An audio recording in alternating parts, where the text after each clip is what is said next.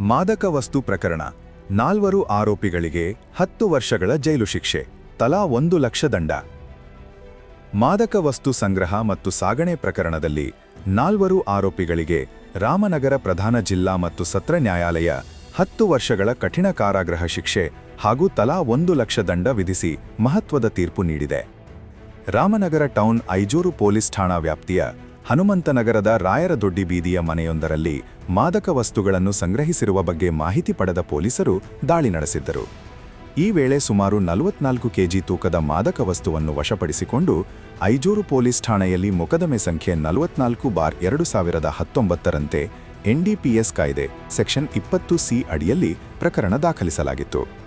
ಈ ಪ್ರಕರಣದಲ್ಲಿ 4 ಆರೋಪಿಗಳನ್ನು ಬಂಧಿಸಿ ತನಿಖೆ ನಡೆಸಿ ನಂತರ ನ್ಯಾಯಾಲಯಕ್ಕೆ ದೋಷಾರೋಪಣಾ ಪಟ್ಟಿಯನ್ನು ಸಲ್ಲಿಸಲಾಯಿತು.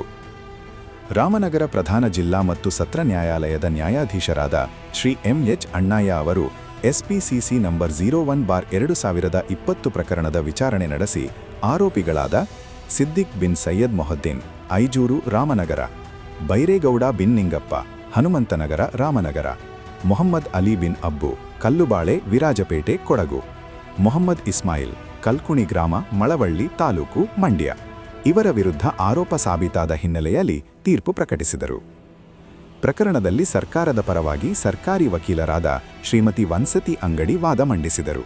ತನಿಖಾಧಿಕಾರಿಗಳಾದ PSI Shubhambika, CPI Narasimhamurthy, PSI George Prakash ಹಾಗೂ ಸಿಬ್ಬಂದಿಗಳಾದ Lokesh HC 59, Shivakumar PC 47, Prasanna PC 554 ಅವರು ಸಾಕ್ಷಿದಾರರನ್ನು ನ್ಯಾಯಾಲಯಕ್ಕೆ ಹಾಜರುಪಡಿಸಿ ಪ್ರಕರಣದಲ್ಲಿ ಆರೋಪಿಗಳಿಗೆ ಶಿಕ್ಷೆ ವಿಧಿಸಲು ಪ್ರಮುಖ ಪಾತ್ರ ವಹಿಸಿದರು. ಈ ತೀರ್ಪು ಮಾದಕ ವಸ್ತು ಪ್ರಕರಣಗಳ ವಿರುದ್ಧ ಕಠಿಣ ಸಂದೇಶ ನೀಡುವಂತಾಗಿದೆ.